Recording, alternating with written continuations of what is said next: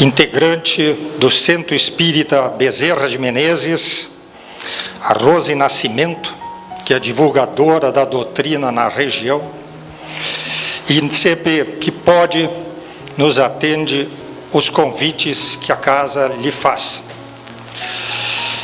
Ela vai discorrer sobre o assunto clamor da consciência. A palavra é sua. Boa noite, amigos queridos. Que Jesus nos abençoe, que possamos ter 45, 50 minutos de serenidade.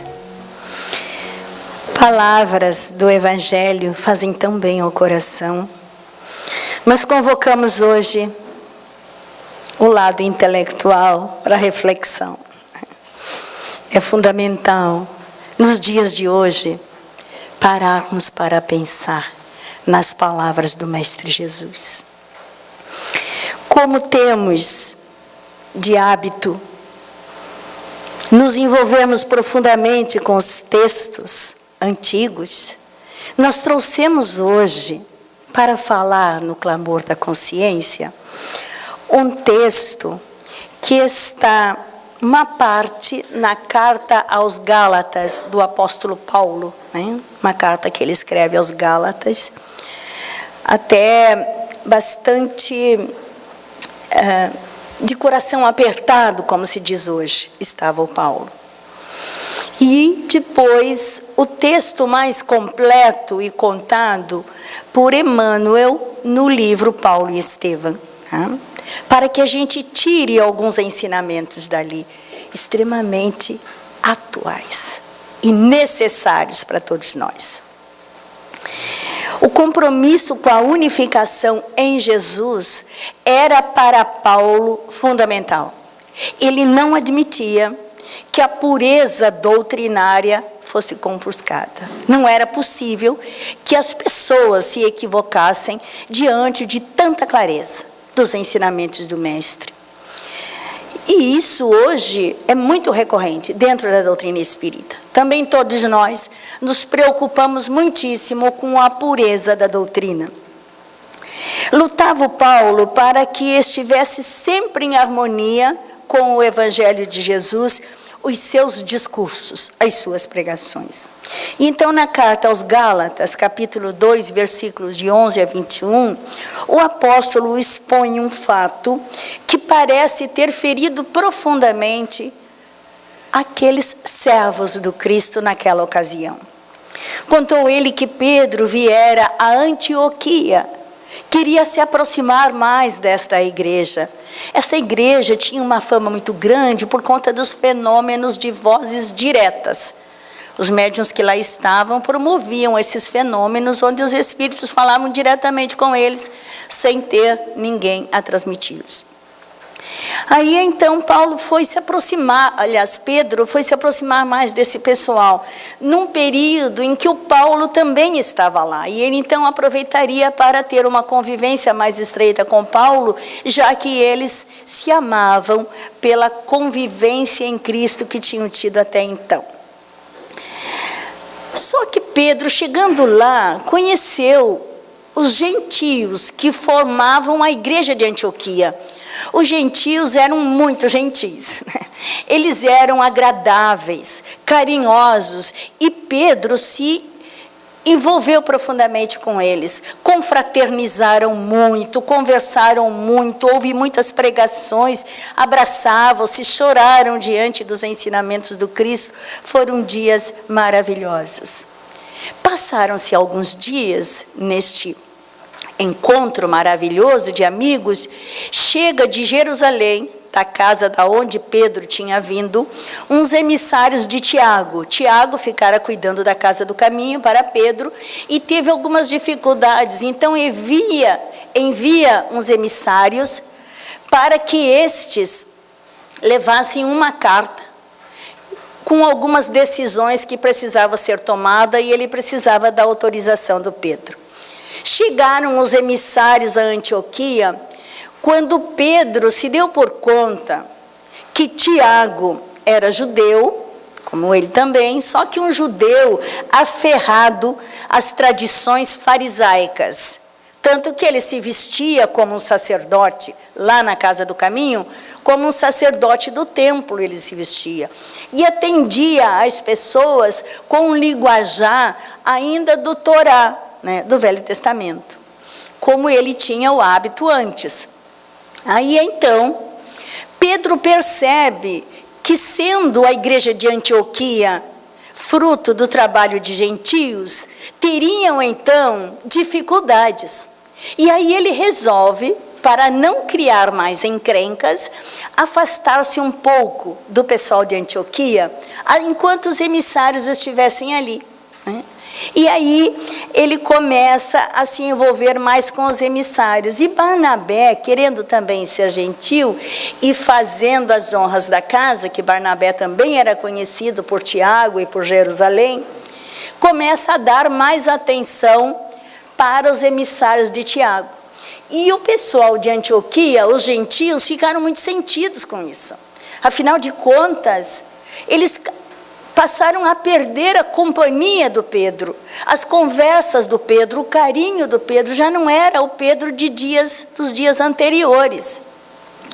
E o Paulo, observando tudo isso, não consegue ficar de boca fechada, né? Pedro percebe então que estava atravessando uma dolorosa prova. Tiago e Pedro havia prometido a Jesus apacentar as ovelhas. Por 3 vezes ele repetiu que sim, Senhor. Jesus perguntava: Pedro, apacenta as minhas ovelhas? E ele dizia: sim, Senhor. Por 3 vezes ele dera essa resposta. E agora ele precisava promover esta paz prometida, né? Ele conhecia Tiago, conhecia sua intransigência contra aqueles que não faziam a circuncisão. Porque os judeus cristãos, quando eles entravam no cristianismo, eles já haviam feito a circuncisão, porque os judeus eram costume fazer ainda quando criança. Então ele achava que os gentios, entrando para a doutrina do Cristo, precisavam também fazer a circuncisão. E o Paulo dizia: não, é uma prática exterior, não tem nada a ver. Então havia essa discussão. Também Pedro conhecia Paulo, né? Ele sabia do seu amor pelo Cristo e pela verdade. Então ele tinha que arrumar essa situação toda. Paulo considerou a atitude de Pedro repreensível. E aí então começou a falar que, numa reunião na igreja de Antioquia, começaram a conversar. E ele diz que a lei mosaica pouco significava se comparada aos ensinos de Jesus. E Paulo pegava pesado. Era preciso morrer para os preceitos religiosos puramente formais, diz ele, para se viver para Deus, amando e cumprindo as leis presentes na consciência, que é o Cristo interno visitando ou morando dentro de cada um de nós. Este é o caminho para a transformação moral, e nós sabemos disso, né? Então, Emmanuel, em Paulo e Estevão, relata este fato cercado de poderosa emoção. E nós queremos hoje ler, né, este pedacinho aqui, para que os senhores compreendam que passaram-se 2000 anos e parece que quase nada mudou. É o seguinte: Simão, diz Paulo, sobe na tribuna, né, para falar, e lá estava Pedro, sentado também. E os demais, a plateia imensa, ouviam. Simão tem personificado para nós um exemplo vivo, diz Paulo. O mestre não o deixou como rocha imortal, rocha de fé imortal. No seu coração generoso temos depositado as mais vastas esperanças. Como interpretar o seu procedimento, afastando-se dos irmãos incircuncisos, desde a chegada dos mensageiros de Jerusalém? Antes disso, comparecia aos nossos serões íntimos, comia do pão das nossas mesas?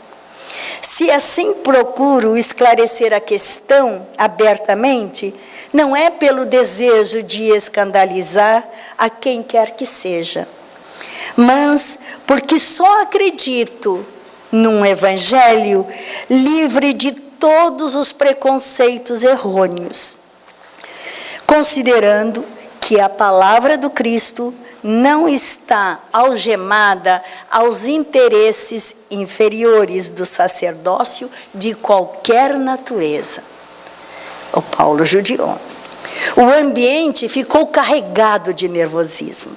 Os gentios de Antioquia fitavam o orador enternecidos e gratos. Imagine, Paulo estava defendendo os simpatizantes do farisaísmo, ao contrário, não escondiam a decepção e o rancor em face daquela coragem que consideravam audaciosa.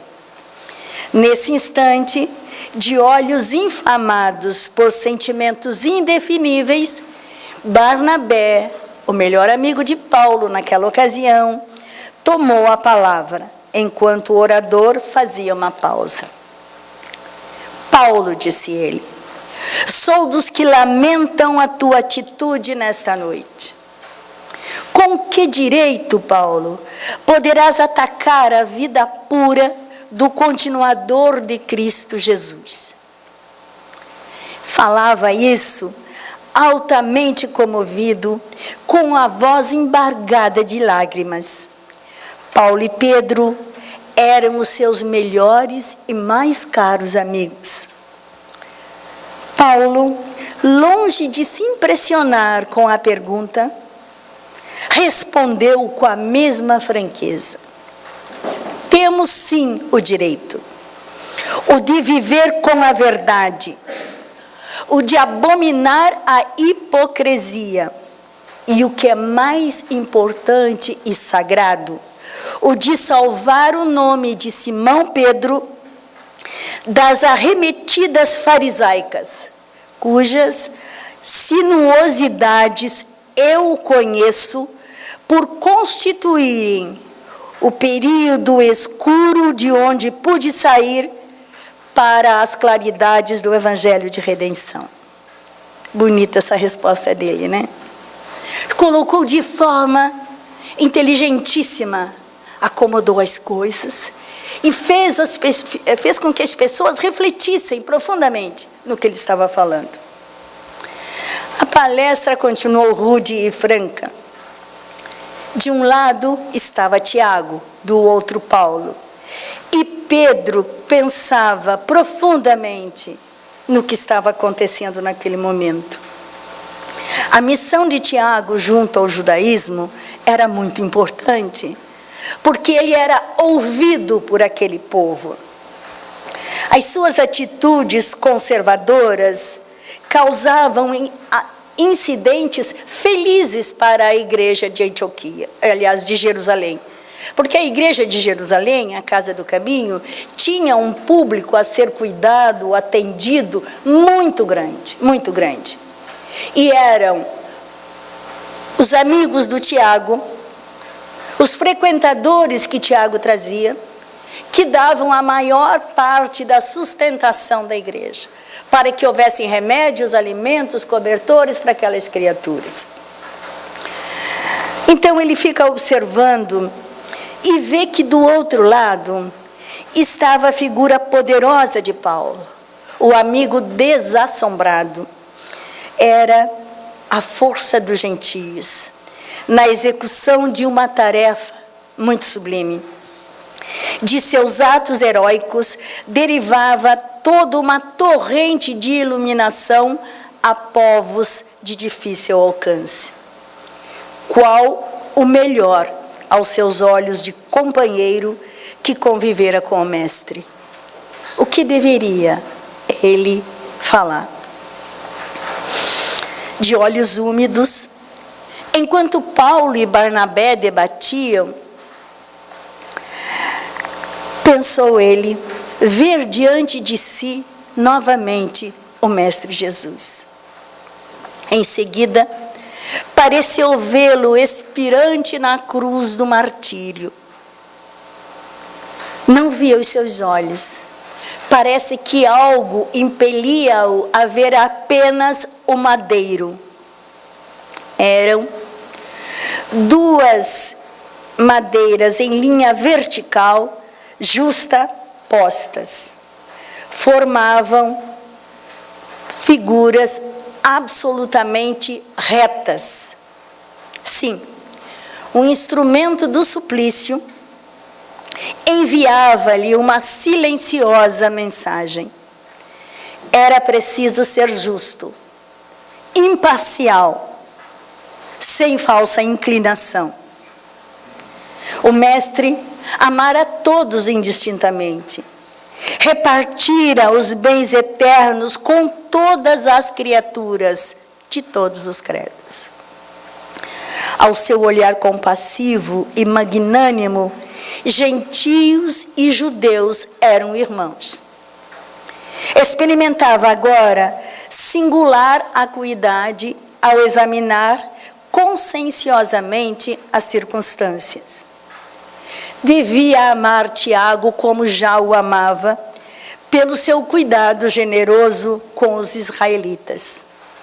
Mas também devia amar a Paulo como já o amava, pela sua dedicação extraordinária a todos quantos não conheciam a ideia do Deus único, do Deus justo. Os companheiros de Jerusalém deixavam perceber um rosto encolerizado. No rosto, extrema palidez. Pareciam exigir de Pedro uma discussão. Barnabé tinha os olhos vermelhos de chorar e Paulo parecia cada vez mais franco, verberando a hipocrisia com a sua lógica fulminante. O apóstolo, olhando tudo aquilo, o apóstolo Pedro preferia o silêncio de modo a não perturbar a fé ardente de quantos se arrebanhavam na igreja sobre as luzes do Evangelho. Mediu a extensão da sua responsabilidade. A polêmica crescia, cada vez mais ardida.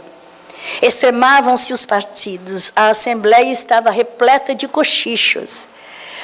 Era natural prever uma franca explosão.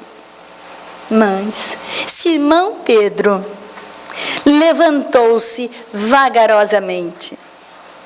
A fisionomia estava serena, os olhos orvalhados de lágrimas que não chegavam a correr.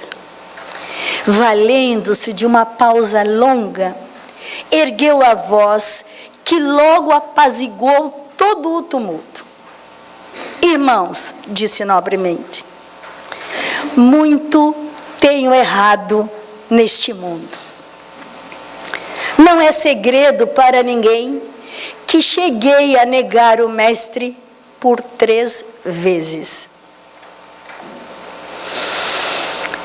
E foi no instante mais doloroso da sua vida, aqui na terra, aqui entre nós. Tenho medido a misericórdia do Senhor pela profundidade do abismo de minhas fraquezas.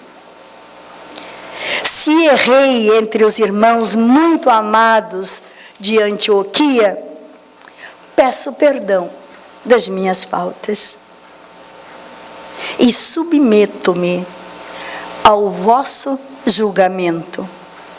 E rogo a todos que aqui estão, que se submetam ao julgamento do Altíssimo. A estupefação foi geral. Compreendendo o efeito, o ex-pescador concluiu a justificativa dizendo: reconhecida a extensão das minhas necessidades espirituais, recomendando-me as vossas preces, passemos, irmãos, aos comentários do Evangelho de hoje. A assistência assombrada com o desfecho imprevisto, pois esperavam que Simão Pedro fizesse um longo discurso em represália, ninguém conseguia recobrar-se da surpresa. O Evangelho naquela noite deveria ser comentado pelo Pedro, mediante combinação prévia.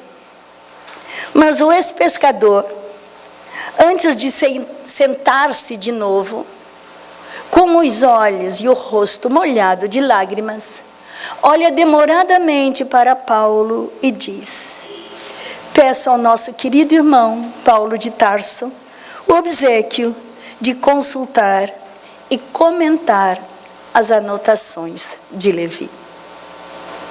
E termina a briga. E hoje, percebemos que a gente tem muitas diferenças, muitas interpretações.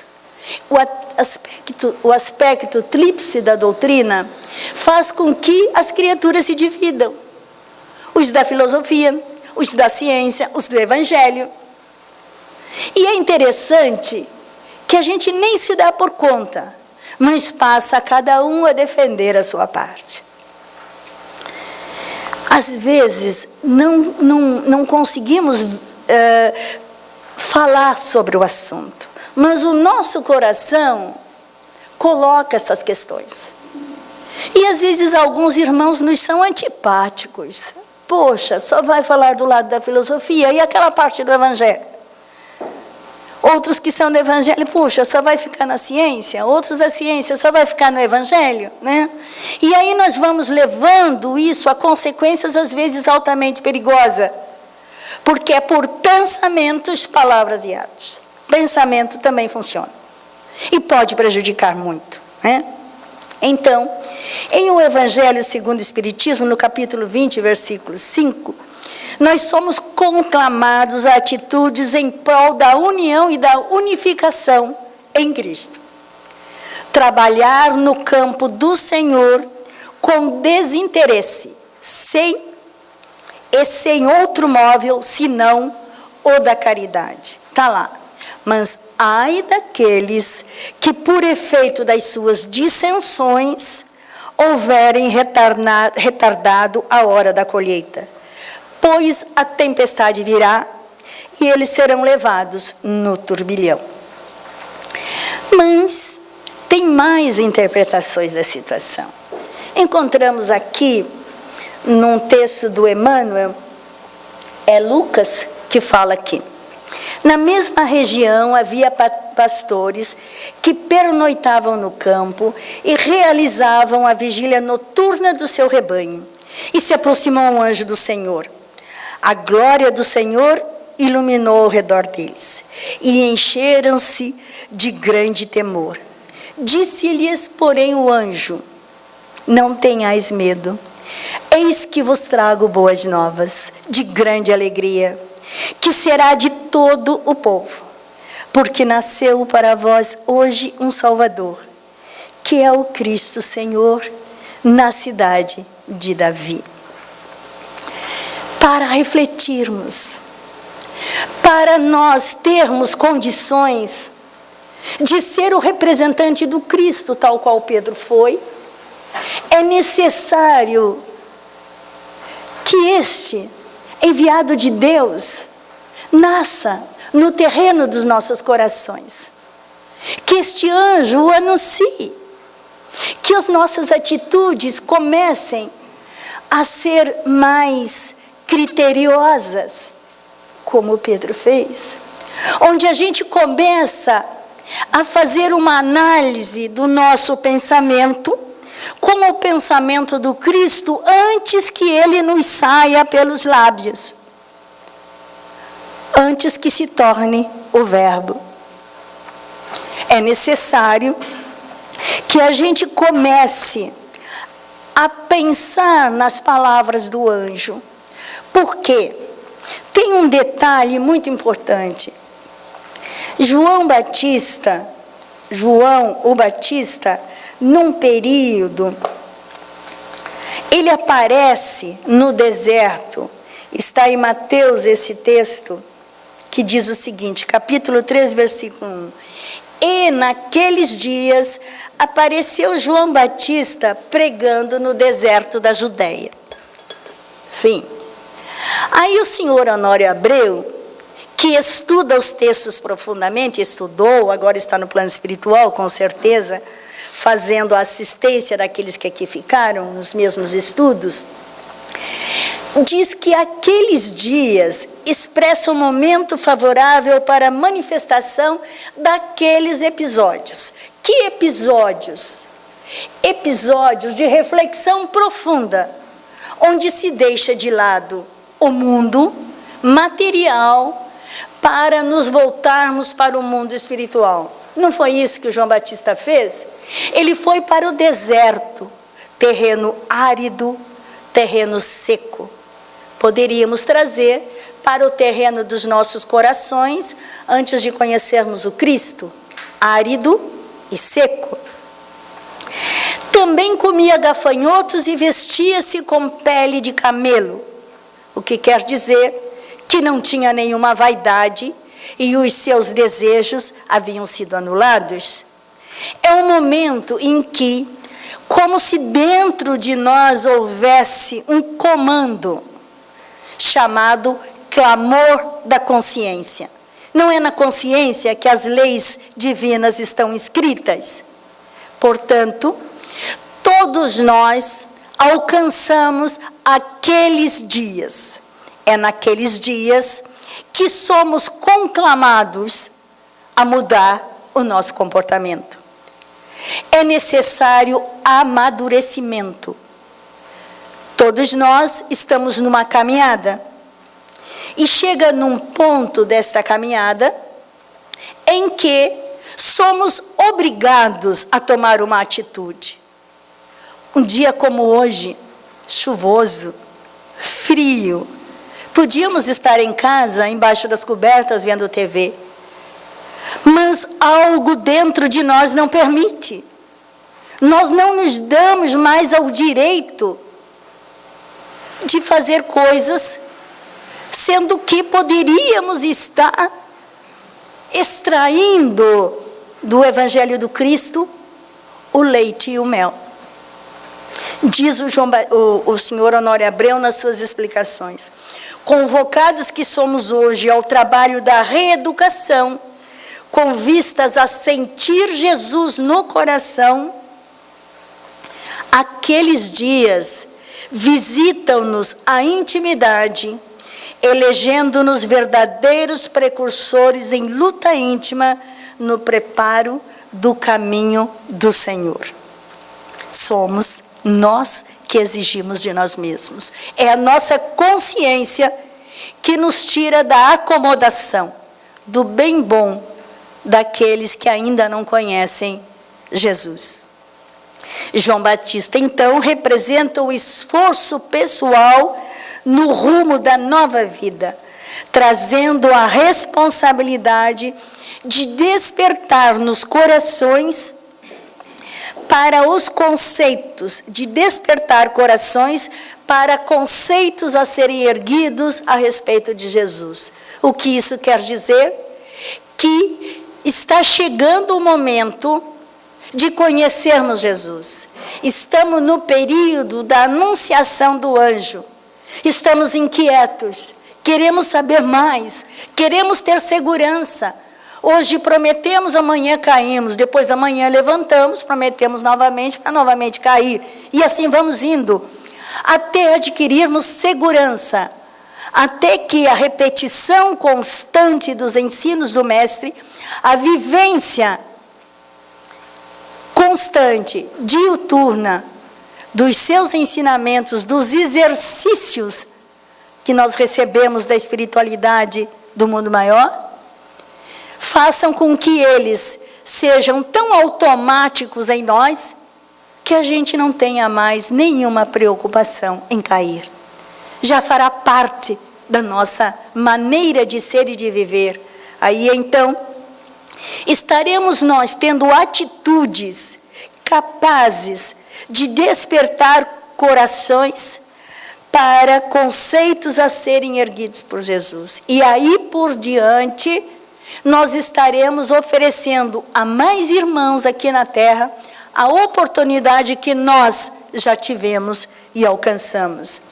A pregação exercida, realizada pelo Batista no deserto, evidencia a verdade dos clamores da consciência. Arrependei-vos, dizia ele. E hoje, se nós formos analisar o nosso procedimento antes de nos deitarmos, é esse o clamor da nossa consciência. Tomemos o rumo enquanto é tempo. Os clamores da consciência, frente a um vasto terreno vazio e árido, o nosso coração, a exigir sólidas construções nos fundamentos do amor. Sólidas construções nos fundamentos do amor.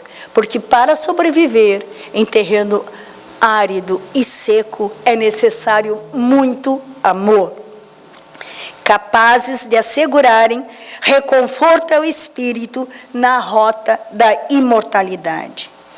Sob este prisma, nos é possível entender que, enquanto estamos vivendo a pregação, ensinando a nós mesmos, nós estamos no deserto. No deserto. A situação poderá mudar quando, mesmo sem precisarmos da palavra do Cristo, estaremos agindo como Ele. Aí então, a nossa terra já estará fertilizada, oferecendo então flores e frutos a quem quer que seja. É legal essa colocação do Sr. Honório Abreu, né? É muito bonita, eu gosto muito dela. Então, voltando ao anúncio do anjo do Senhor, nós podemos interpretar assim: a palavra do anjo aos pastores continua vibrando sobre nós, neste mundo, agora, embora sombras densas nos envolvam. Está ele aguardando a disposição do nosso coração para anunciar a chegada do Cristo. Comentávamos outro dia de uma declaração do Haroldo, que disseram para ele assim: não, mas eu já conheço Jesus. Eu conheço quantos anos? Estou há 40, 50 anos na doutrina. Ele disse: que bom. Se você o conhece, com certeza você não tem uma reclamação sequer durante as 24 horas do dia. E os 360 dias do ano. Ah, não, reclamação eu tenho. Não, então tu ainda não o conhece. Então, se nós estamos dispostos a conhecer Jesus, nós precisamos, o que estava escrito no texto inicial, deixar o tempo agir em nós. Que o tempo não constrói, o tempo não respeita. Palavras de Chico, de Emmanuel através do Chico. Então, nas cidades e nos campos, há multidões atormentadas, corações inquietos, almas indecisas. Muita gente pergunta pela justiça dos céus. Longas fileiras de criaturas procuram os templos de fé, incapazes, porém, de ouvir no íntimo, na sua intimidade, este anúncio divino. Nasceu para vós hoje um Salvador. É individual esse anúncio. É para cada um de nós. E este encontro, que também é um autoencontro, faz com que a criatura fique em recesso. Não sentimos vontades. Às vezes, até a alimentação não é necessária. A paisagem humana sempre exibiu quadros de ódio, de desolação, de tristeza, de incompletude, como se não houvesse mais situações agradáveis na face da terra.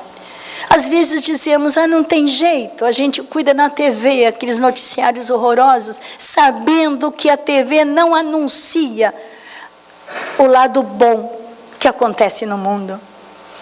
Mesmo assim, engrossamos as fileiras das criaturas que reclamam. Deus está no comando. Este é o clamor da nossa consciência. Voltemo-nos para Ele.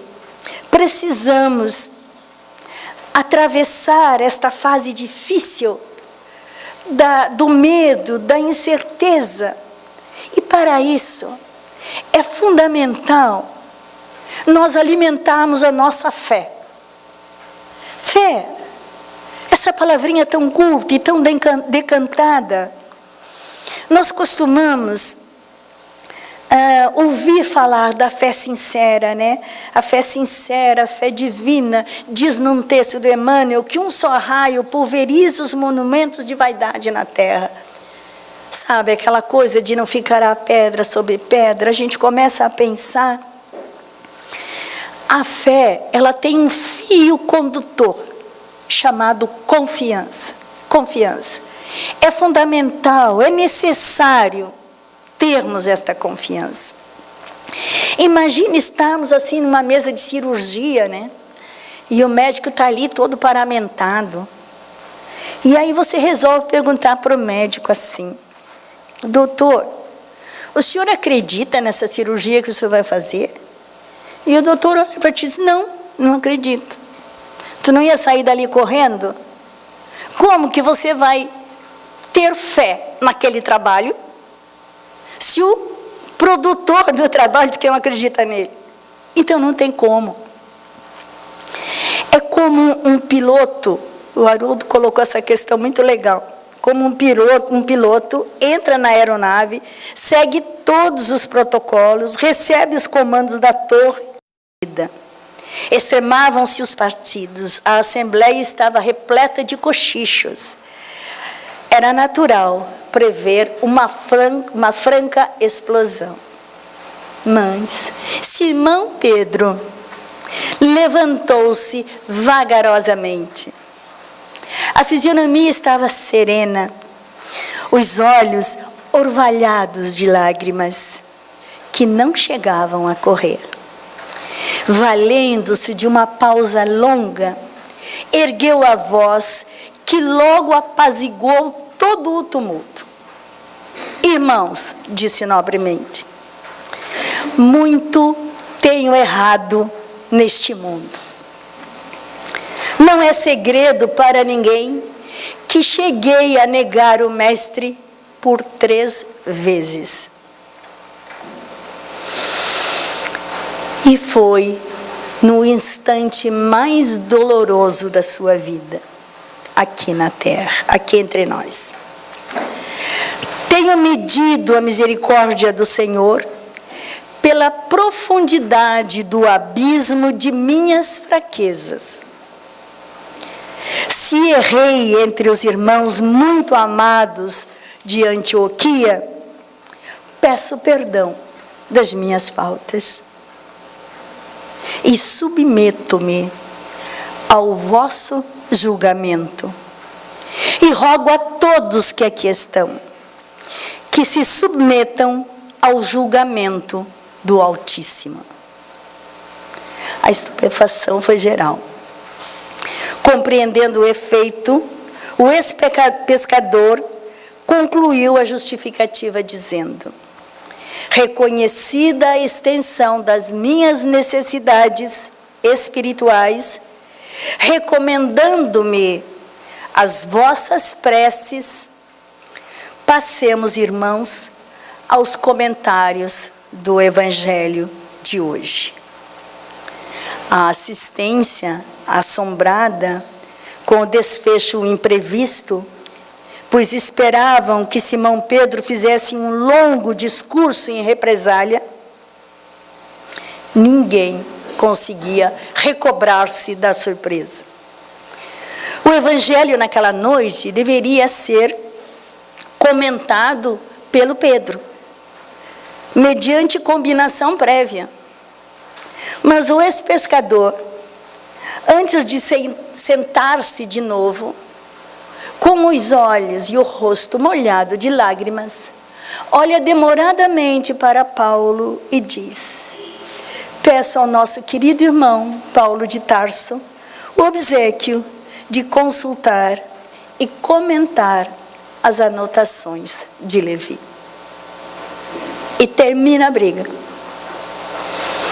E hoje, percebemos que a gente tem muitas diferenças, muitas interpretações.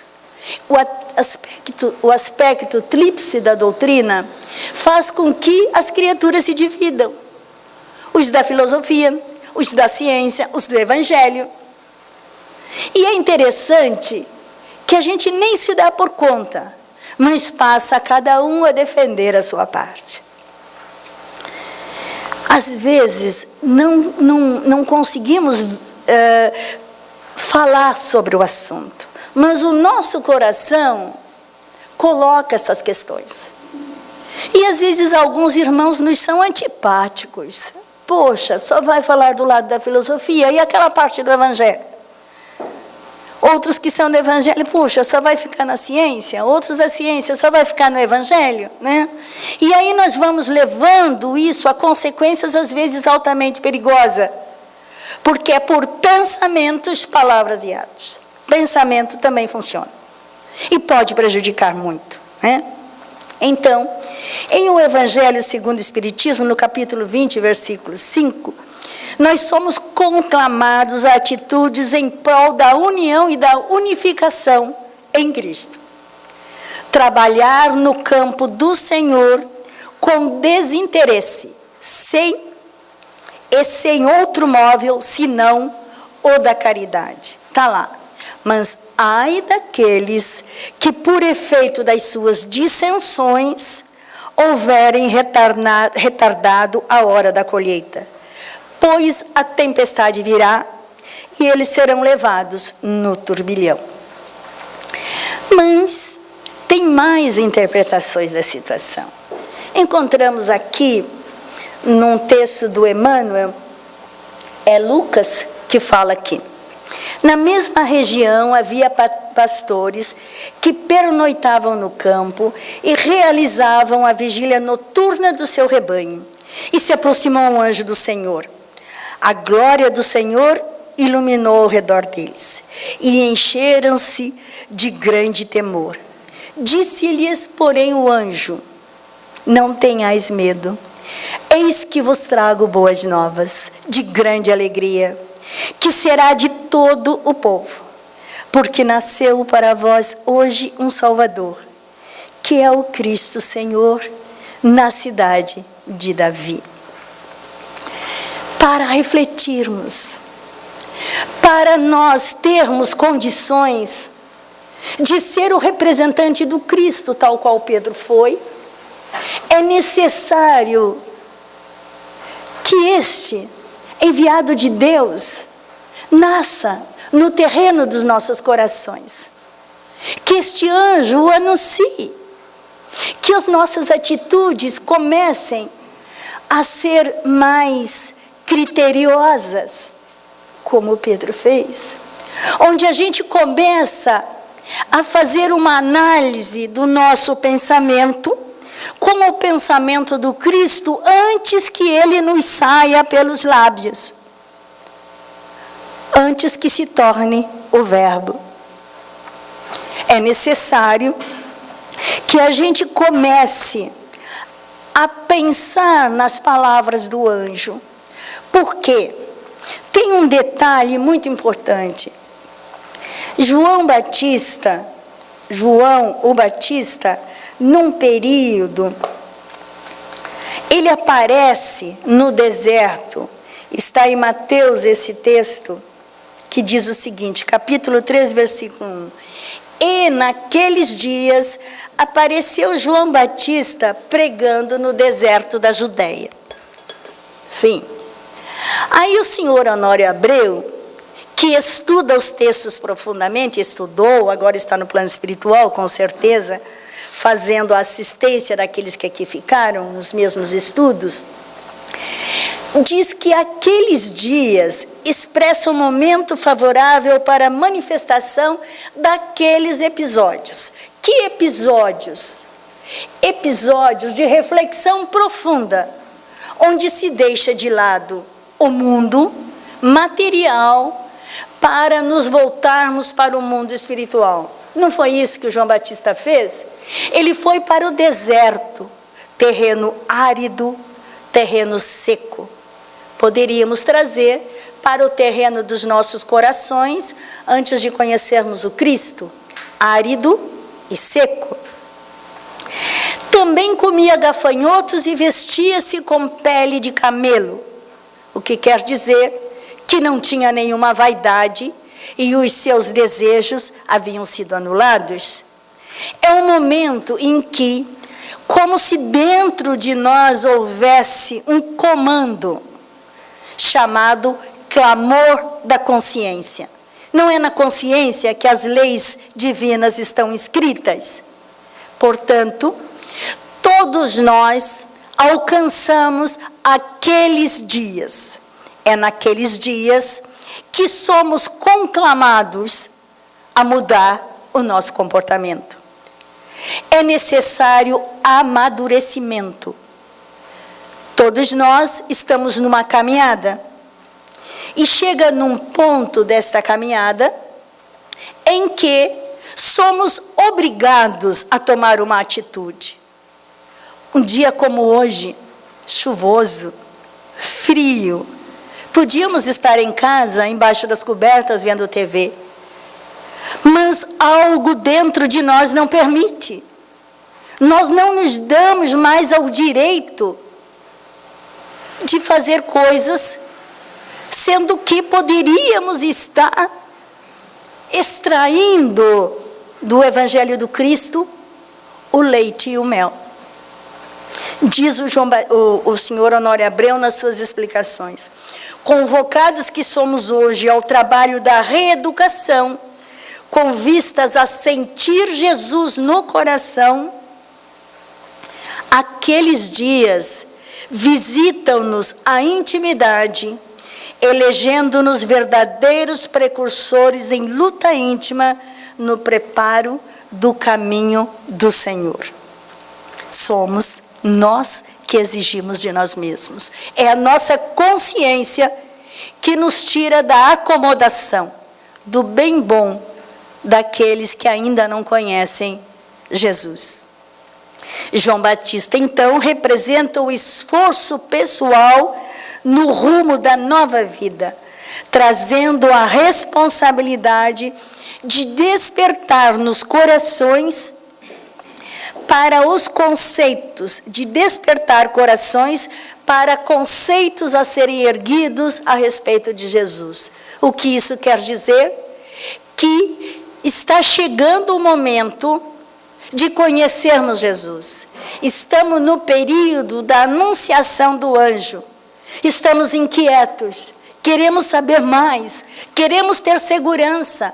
Hoje prometemos, amanhã caímos, depois da manhã levantamos, prometemos novamente para novamente cair.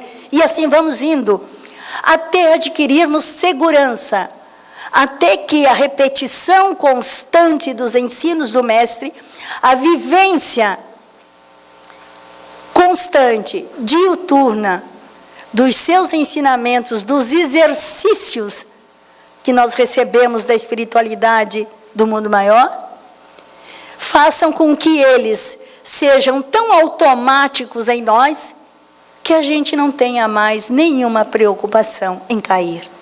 Já fará parte da nossa maneira de ser e de viver.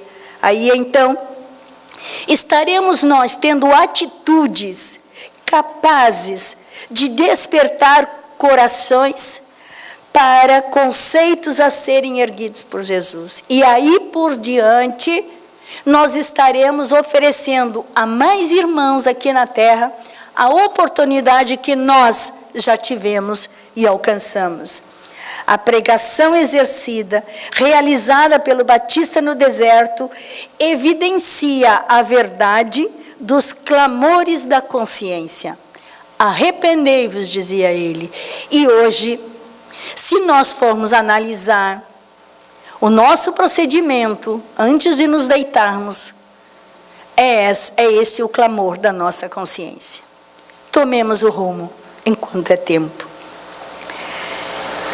Frente os clamores da consciência, frente a um vasto terreno vazio e árido, o nosso coração, a exigir sólidas construções nos fundamentos do amor.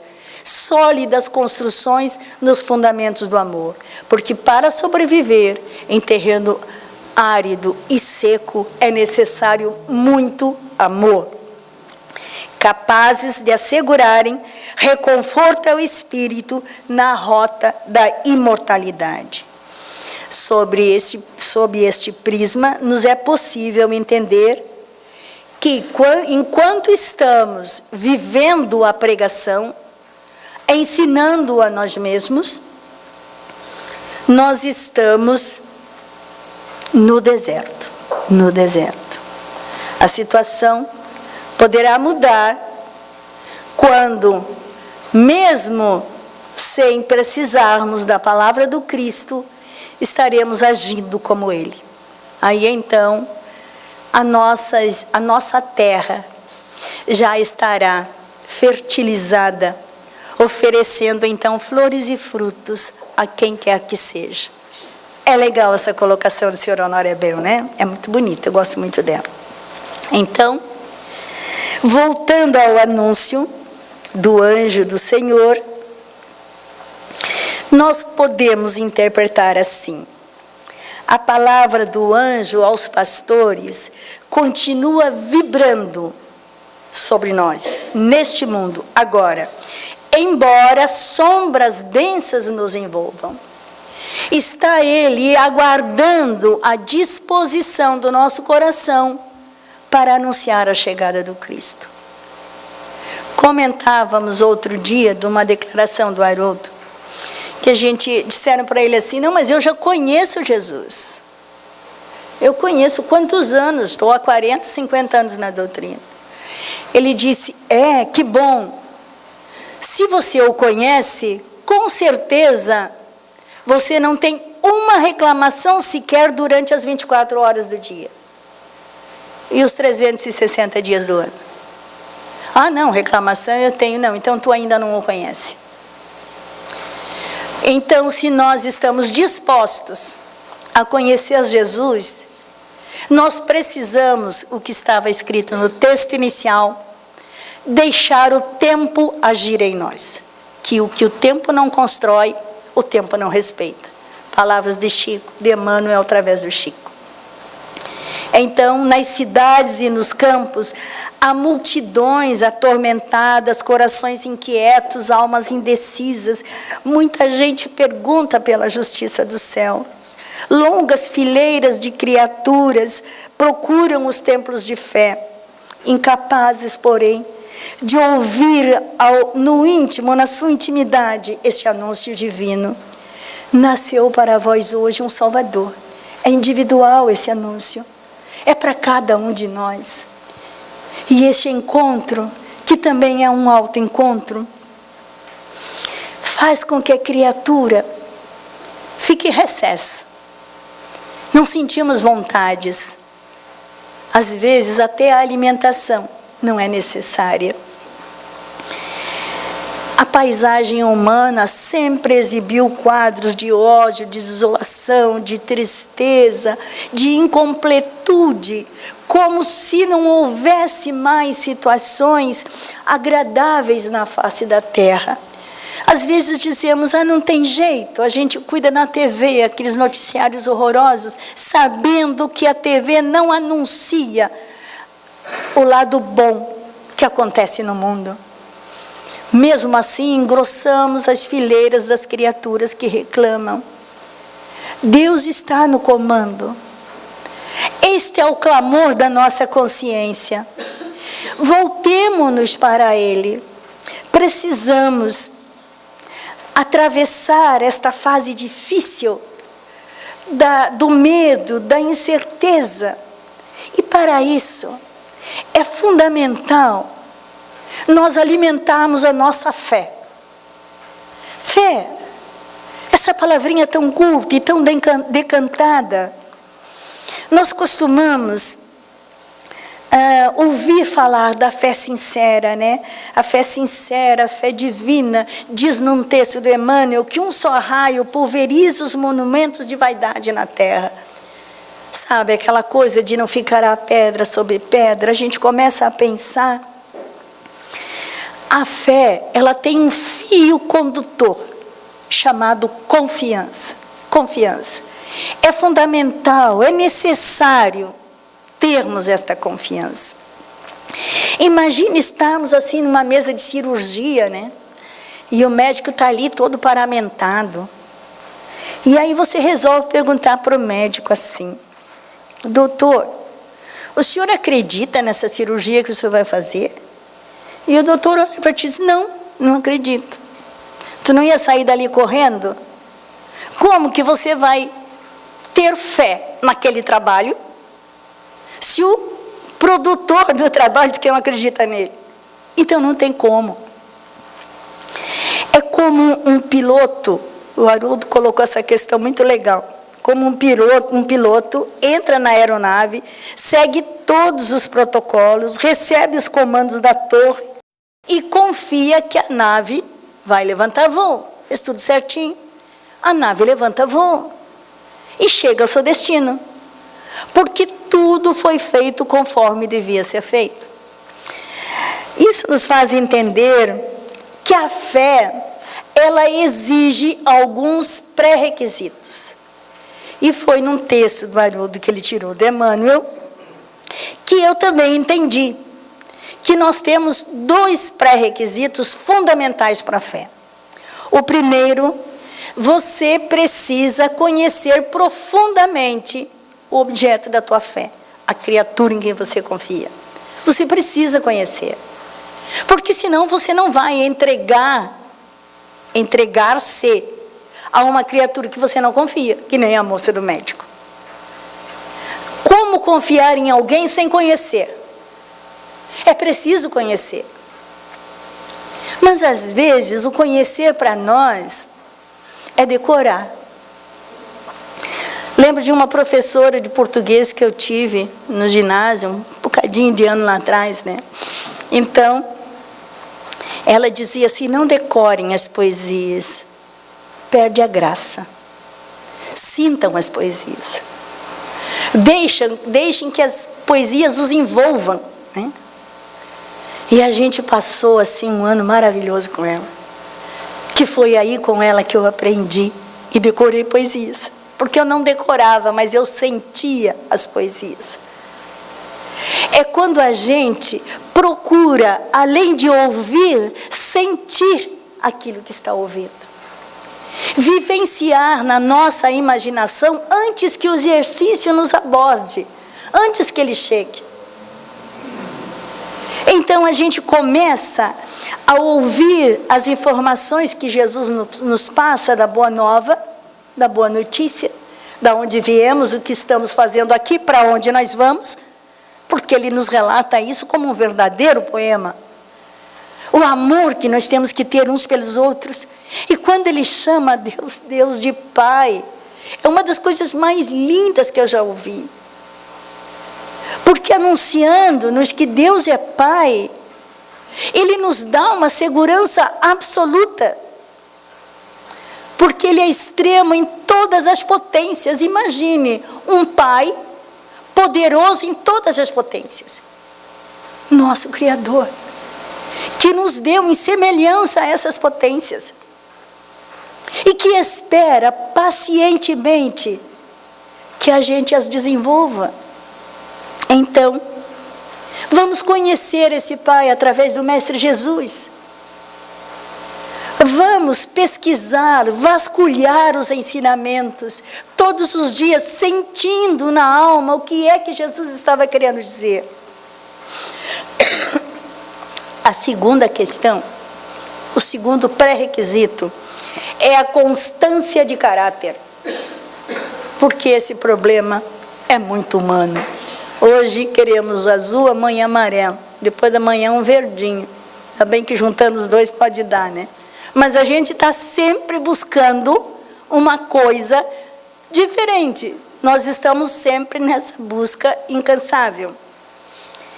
Às vezes a gente conhece uma pessoa por 40 anos, tem confiança nela, e de um momento para o outro, ela, com poucas palavras, segundos até, ela destrói a nossa confiança, não é verdade? Nós fizemos isso com Deus. Está tudo certo. Ele já tem planos para o nosso procedimento. E a gente, com bobagem qualquer, às vezes até com o nariz torcido para um irmão nosso, a gente destrói a confiança de Deus em nós. Deus é imutável. Ele não muda nunca, né? Ele nos supervisiona do alto, né, sem abrir mão dos seus valores morais e éticos, diferente de nós. Nós podemos ter nele toda a confiança absoluta. Mas nós também temos que fazer a nossa parte. E aí vem uma das coisas mais importantes do texto de Emmanuel. Dentro do teu lar, um programa previamente preparado no plano espiritual, do qual você, eu, qualquer um de nós fez parte, inconsciente ou consciente fizemos parte, porque a trajetória, a nossa história é estudada com cuidado, é elaborado o programa e aguardado anos, séculos às vezes, para que tudo se organize e nós estejamos aqui. E pela oportunidade do conhecimento que nos é oferecido, nós somos a única criatura no núcleo familiar com quem Deus pode contar. Só nós. E sabe o que a gente faz? Eu não aguento mais, é tudo em cima de mim. É parente que vem para minha casa no feriado se queixar da vida, é filho que não ouve o que eu falo e daí me apronta lá fora, é marido que está cansado das minhas histórias. A gente acha que a gente está sendo vítima. E, no entanto, nós somos o general de Deus, o número 1 do seu exército naquela pequena comunidade ali. Ele está nos usando para poder mudar o contexto das nossas vidas, que vem se arrastando do mesmo jeito há muitos séculos ou milênios até. E Ele conta conosco, com a nossa lucidez, com a nossa clareza de raciocínio, para que, uma vez ter ultrapassado aqueles dias, tenhamos nós condições de ter terreno fértil, que floresça e frutifique, oferecendo exemplos de despertamento de corações. É isso que Ele espera de nós.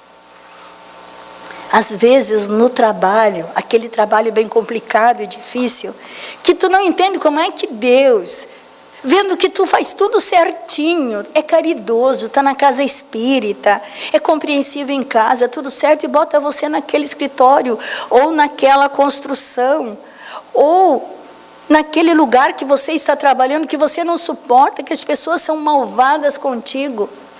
Só tem você. Você é o agente da providência divina naquele local. Ele está feliz que todos os dias tu estás lá, socorrendo as vítimas da ignorância, com a tua perseverança, com o teu proceder reto, com a tua conduta ilibada. Por isso, precisamos despertar, ser o Pedro das nossas histórias. Pedro, apacenta as minhas ovelhas. Ah, vai ser bom pensar assim. A gente está longe de ser o Pedro, mas de repente não custa ensaiar um pouquinho e ser o Pedro da história, acalmando os corações. A turba inflamada, pronta para discussões, debates ferozes. E ele vem e faz o quê? Se você quiser ser o maior lá no céu, seja o menor aqui na terra. É isso que Pedro seguiu, esse é o ensinamento do Cristo. Ele foi ser o menor na terra. E sendo o menor e respeitando os irmãos dentro da competência de cada um, ele não estava sendo hipócrita, ele estava amando. E renunciou a si mesmo, descendo do pedestal, que os outros haviam no colocado, que ele nos colocava. Ele colocou-se então como o réu da questão e pede perdão. E pede aos irmãos que orem por ele e se submetam ao julgamento do Altíssimo, assim como ele. É uma das lições mais lindas que nós temos no Evangelho, porque nos ensina a não sentarmos no primeiro banco. Chegando na festa, a gente procura o último, para nossa satisfação pessoal, com certeza. Vamos nos sentir melhor. Temos que pensar que nós estamos plantando hoje para colher lá adiante. A gente não planta milho hoje para colher amanhã. Até eu fiquei sabendo que a semente do café também, né? Tu planta o café hoje e vai colher daqui a 25 anos. A gente tem que aprender que pode acontecer de eu plantar sementinhas hoje para colher daqui 2 encarnações. São projetos longos que fizemos na nossa programação espiritual. São situações complicadas que talvez a gente nem entenda ainda. Vai entender quando tiver mais conhecimentos. Vivemos num mundo em que a comunhão com Deus fica restrita a preces quase que decoradas. Porque sentimos necessidade de pegar as coisas que um outro disse para colocar as nossas ideias. E precisamos abrir o nosso coração com o Pai. Pai quer dizer aquele do qual nós não precisamos esconder nada, nada. Abrindo o nosso coração, lá em segredo, nós vamos adquirir um companheiro, um parceiro, um conselheiro incrível, que nos dará o passo a passo da nossa trajetória. E no decorrer do tempo, de tanto abrir o coração, de tanto chorar e contar as nossas tristezas, vamos começar a sentir a sua mão generosa passando por sobre nossas cabeças e dizendo: filho, não chore mais. Toda vez estarei aqui contigo, para que você compreenda de uma vez por todas que a felicidade há de chegar quando eu e você formos um. Então não é necessário ter medo se o anjo de ti se aproximar. Ouça as suas palavras e entregue seu coração. Trabalhe a prece, esta que brota com palavras que você não precisa escolher. Elas nascem. E se sentirá então você confortado. E os seus limites desaparecerão. E suas potências desabrocharão. E a felicidade te visitará, sem que você perceba que é Deus agindo na tua vida. Que Jesus nos abençoe hoje e sempre. O nosso agradecimento a Rose pela mensagem que ela nos trouxe e também pela sua disposição em atender sempre os convites que a casa lhe faz.